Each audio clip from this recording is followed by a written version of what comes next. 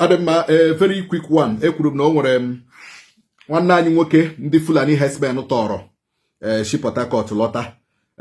We keep talking about this thing. I ga na-ekwu ka ihere na-eme government. I ga na-ekwu ka ihere na-eme government. That government is so weak. Ma ọ hakpogo ụjọ to confront the Fulani herdsmen. Yeah, probably Imo State government togo ụjọ to confront the Fulani amega ihe at Imo State. Why haja togo ụjọ? Anyama. Or hana chihama. It is clear now that the government is afraid, is scared to confront Fulani herdsmen in Imo. Or they like clear. Because of what I get to and the hammer. That's such as is happening. The commission hammer, the AC hammer, the governor. Now such a thing is happening in Imo State. Fulani herdsmen kidnapping people.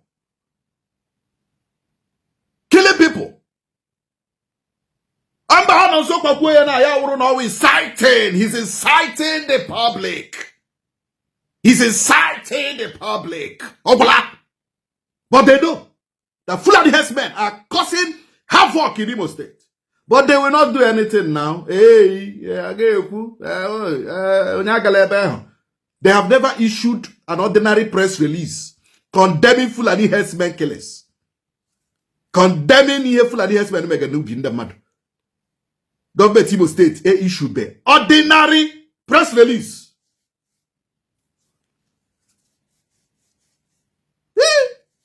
Ndi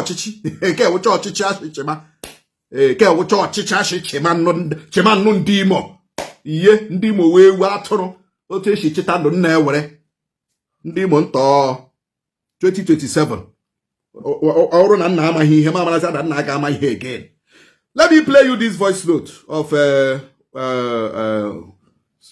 man, a troller, the Fulani herdsmen no troller. Kupucha ishi. Come on, send it to the picture here. Go no here. Let's listen to him. Because look for that day they call no ka ekwe no ka na actually ikwu. Yeah, Agana sir. Aha Chief Sagodian Okoranyo Night of Semulumba. Monyo obodo jishi ahịa azụ Mbaise. Ebi m na Port Harcourt.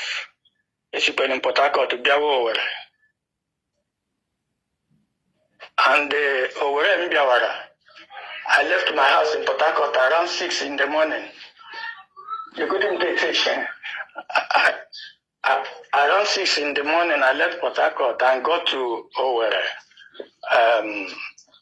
Irete, around 11 in the morning.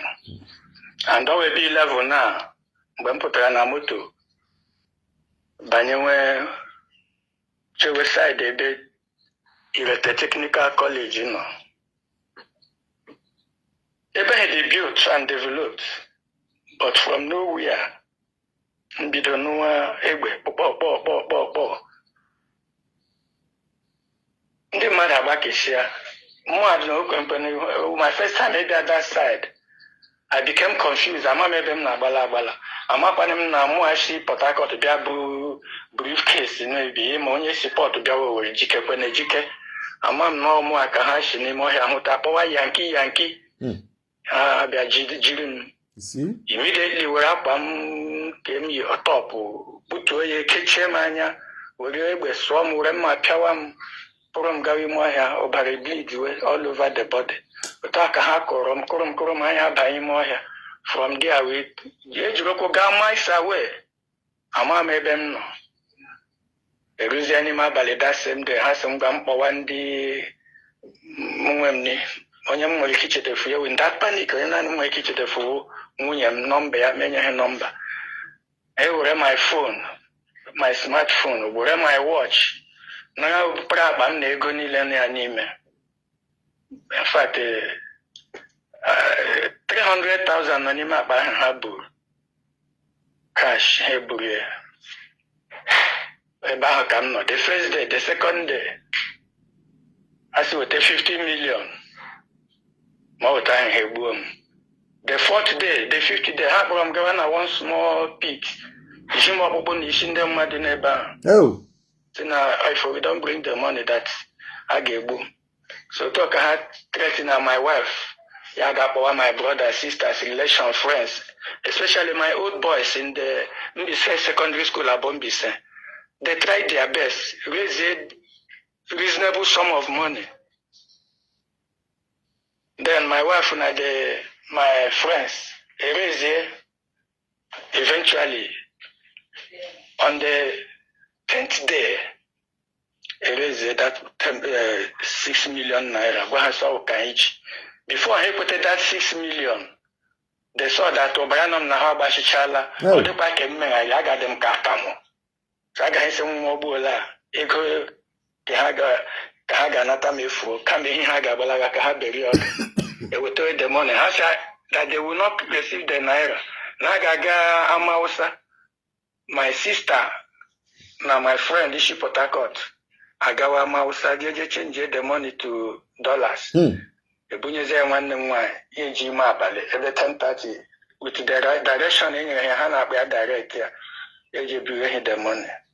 Utak, I'm saying, no 10 days, no call here, no food, no water, a kitchen, my chemo. Man, I knew my man at home because they never allowed me to move.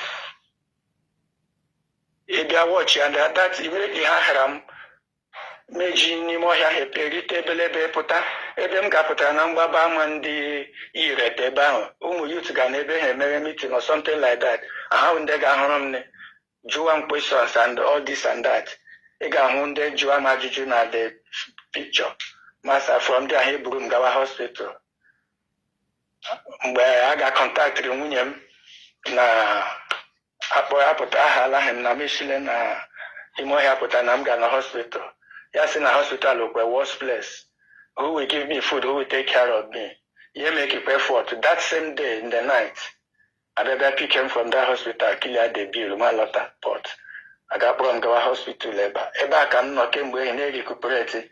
Me shot to from Adorado Muku. Moko Maka, you see the wounds when you watch the video and everything. Right. So all the unfortunate, Nse can make a matter. Sorry, Kewa Dendu, one will enter to Uzodinma. Number and Dausa and the Fulani Ajina or William, where I see where they go, Emana Lobatazi, where that number Haja or Ambao, even though when they call Naga now, Gatian Akola ID, the thing in ESN. All the Mamadu register and the Fulani number. TAESN. Our major ham or Babuzia, as on the ESN, on the naked nap we have. I'm not going to full and the husband. Thank you, sir. Can you on a mark these revelations on Apata? On a mark these revelations on Apata. Akuna Halaya, the last one who now. You know, number Hanija, bon, Hedge ESN register, near the Fulani. And they had the qualage bube, had like a surprise. Don't want Ndi Imo, and the Fulani and Neha. Nkije Ndausa, get the Kandausa with $1. Eh? And a messiah at Romada, see change with $1. See change into $1 with $300. Amamina Agota. Government state Imo. All the Kuno na came my Hunuga mail. Every community, youth vigilantes, raise your defense in your community. Defend yourself. Defend yourself. Unejikwala anyoma elendia. Defend yourself. Echira government ka say he's inciting the public. This is self-defense. Ekuchakwam ndewono.